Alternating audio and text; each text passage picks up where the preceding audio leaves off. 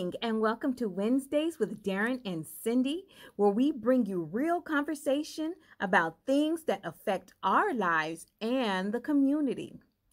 My name is Cindy Ward, And my name is Darren Powell. and we are going to be your host for our podcast. 50 to 70 million U.S. adults have sleep disorders. 48% report snoring. 78% of 20 to 29-year-olds report short sleep durations. Getting sufficient qualities of sleep each night is essential for the health of our bodies and our minds. We're all familiar with fatigue, irritability, and poor productivity the day after a late night or when we haven't slept well. A chronic lack of sleep has other negative health consequences as well. That is so true. So, on today's episode of Wednesdays with Darren and Cindy, we want to dive into a subject of sleep or the lack of. Joining us on today's show, we have a special guest from the Army Wellness Center to give us some thoughts on improving our sleep and the importance of developing better habits around our rest. Good morning, Mr. Steve. Can you introduce yourself and tell the audience why the quality of sleep is so valuable to our overall daily functioning? Absolutely. I'm Steve Harmon, the Health Promotion Tech at the Army Wellness Center.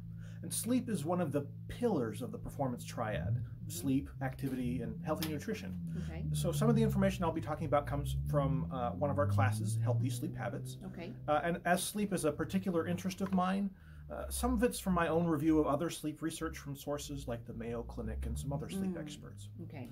Now, sleep, not just the quantity, but the quality of sleep is very important because there are a lot of things our bodies and our minds accomplish while we're sleeping.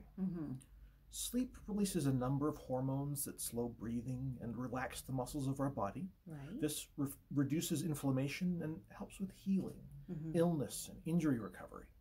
Okay. Sleep deprivation suppresses your immune function, so that you're more likely to get sick. During these times of pandemic, it's particularly important to keep our immune function up, Right. to be able to resist anything we might be exposed to. Right. Right. So some of those hormones also impact your stress level and your appetite, so you tend to make worse decisions about food if you're tired. Oh, I think that might be my problem, Mr. Steve, you know? I might be just tired. You also tend to get along less well with people if you're tired. Oh. Your brain also uses sleep for memory consolidation. So if you're not getting enough good sleep, it can significantly impact your long-term memory. Wow. Yeah, there's so much information out there on the correct amount of sleep. Some people say 7, some people say 8, some people say it's different from when you're a baby and it's different from when you're an elder. Could you clean that up for us a little bit so people can have a really good understanding of what the proper amount of rest is? Sure. So many people say they feel rested on just a few hours of sleep a night, but research shows us that their performance is affected. Okay. We just don't have self-awareness of how much sleep deprivation impacts our alertness, our performance. Some evidence supports that every year, drowsy driving causes around 1 million car crashes in the U.S. alone. Wow. I did not know that. Wow. So, Wow. so people may be used to getting inadequate sleep, so that feels normal to them, but they just don't perform as well on complex mental tasks as do people who get 7 or more hours of sleep per night. Now, the amount of sleep you perform best at is mostly determined by age. Okay. Adults function best on 7 to 9 hours of sleep. Now, no, that doesn't have to be 7 hours all in one chunk. If you have trouble getting a full night's sleep, you can supplement it by short naps during the day. Okay. Try to nap for less than an hour, though, since if you sleep too long, that can interfere with your ability to get to sleep at night. I believe that, yeah. Yeah, and that 7 to 9 hours that adults need can be increased if you're behind on sleep or during pregnancy. Older adults often sleep less and more lightly, but that loss of sleep does have a negative impact on recovery, memory, immune function, and so on.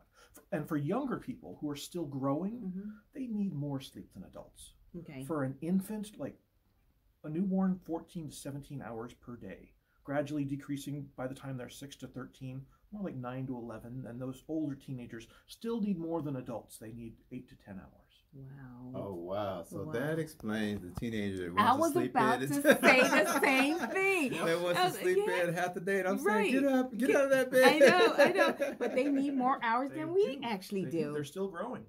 That is amazing. So, what would you say is a good first step in dealing with issues around getting better rest at night? So a good first step is to establish a target bedtime and wake time that you can maintain for the whole week, including the weekend. People often have drastically different schedules from the week to the weekend. Mm-hmm. And if you're staying up a lot later for a couple of days, you're in effect creating artificial jet lag. That's going to make your work week a lot harder than it needs to be. Artificial jet lag. Yep. Explain that. Well, your body is getting... So your body has its own natural rhythm of when it's going to get up and when it's going to go to bed. It's sometimes referred to as circadian rhythm. Okay. And if you nudge that to the side, if you're nudging that later, then your body is going to want to get to bed later and want to get up later. And so resetting that every week, that's really, that takes a toll on your body. Got it. Okay, I got it. Yeah. And if I may, one other thing. Okay. Another thing that's a really helpful thing to do is just try and relax and wind down for 30 to 60 minutes before you head to bed. Okay. Okay, great. Yeah. Many people sleep with a TV on, music on, and as a habit. What's your take on this as a rule? We usually recommend that people not use television or radio in bed. We also suggest people don't try to read or eat in bed. The goal is to associate the bedroom with sleep rather than the things you do while you're awake. So try to use the bedroom just for sleep and intimacy only. For people who use television and radio for background noise, try using a fan or white noise generator. Other noises or voices will still get masked, but not by anything that can be stimulating. Wow. I'm one, honestly, that goes to bed with the TV on. It's very common. It really is. Yeah. And then once you turn the TV on, I'm asleep. So if the TV's off, I'm awake. So, do you put a sleep timer on it or something? I do. Okay. I do. That is so funny, though. I'm going to try going without the TV. Wow. That's going to be super hard for me, Mr. Steve. There's a lot of documentation about the effect of blue light. Could you explain what that is, what that's about? Sure. There's a hormone that we produce called melatonin, which makes us sleepy.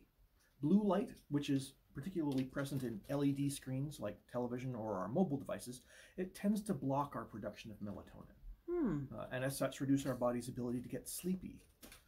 We're making our body think that there's bright light out, that there's daylight, and that's pushing our circadian rhythm like I talked about earlier. Okay. So that can make it take longer to fall asleep. Okay. So try and avoid LED screens like TVs and mobile devices during that last 60 minutes or so of your wind down time. Wow. That makes so much sense. I used to be stationed in Alaska years ago. Me too. And in Alaska, I remember we have to block out the windows because it was so light in the summertime. The kids would never want to go to sleep. Really? And then in the wintertime, it was so dark that when there was a couple hours of light, everybody had to get out of the house because there was a lot of things. Seasonal affective disorder was huge up there because, again, the lack of sunlight in the wintertime. Wow. And there was a ton of sunlight in the summertime. I mean, people would be up cutting their grass. You just never felt tired in the summertime. You just didn't know it was 3:00 in the morning. They're cutting their grass. Exactly. So I'm kind of reluctant to ask this, but I'm asking for a friend, as we would say, right? But what about the red wine drinker? Okay. Can you talk about how alcohol plays a role in getting proper rest? So alcohol is often used to help people get to sleep, but there are some problems with that. First of all, while it might help you get to sleep, as the night continues, it tends to disrupt your sleep. Your sleep can be disturbed and fragmented, so not very effective. Second, getting into the science of it a bit more, alcohol is a sedative, and functionally being sedated is very different from sleeping. And you don't receive all of the hormonal and memory consolidation effects that you receive from natural sleep. Some studies suggest that the memory effects of using alcohol to get to sleep are just as bad as being chronically short on sleep. Wow. Now that I did not know either.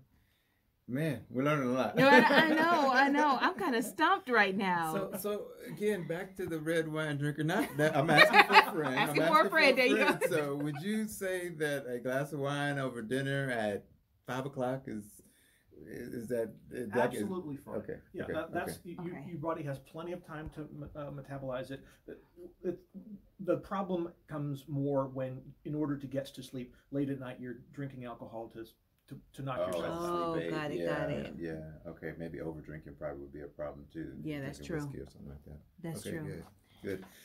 Can you walk us through a few tips that the average person can improve their sleep? You talked about a few already, but maybe you could talk about a few more tips. So one tip would be about caffeine. Caffeine stays in our system for a long time, although that varies a little from person to person. Mm-hmm. We suggest you go caffeine-free for at least 6 hours before bedtime. Or if you're more sensitive to caffeine than average, then a little longer than that. Mm. Another thing is try and get regular exercise, although not too late in the evening, as regular exercise helps with sleep. Another technique that you can do if you're having trouble getting to sleep, or if you wake up and are having trouble getting back to sleep, it's get up, leave your bedroom for a little while. Do something relaxing, even boring, until you start feeling drowsy again. Okay. You want to associate your bedroom with sleep, Okay. not with frustration. So if you can't sleep and you're trying for like 15 minutes or so, just get up. Okay. Oh, nice. That's good that information. makes sense, Yeah, yeah. so I'm laying there and looking at the ceiling, and Right. next Yeah. thing you know, the TV comes on and starts. There we go. Yeah. I And don't know so, how that happens. yeah. then you're halfway through a whole season, you Yeah. know, of an episode. Yeah. Another couple things to try to do is try and keep your bedroom quiet, dark, and at a moderate temperature. Ideally, even a little bit cool. Mm-hmm. And you can also use a fan or some other kind of white noise device to mask noises, like we talked about earlier. Mm-hmm. Either background noise or if you've got a snoring partner. Oh, Well, good that's lady. very good. Okay, so let's talk about snoring. Okay, if you have a person that has a partner that snores, what would you recommend to that family?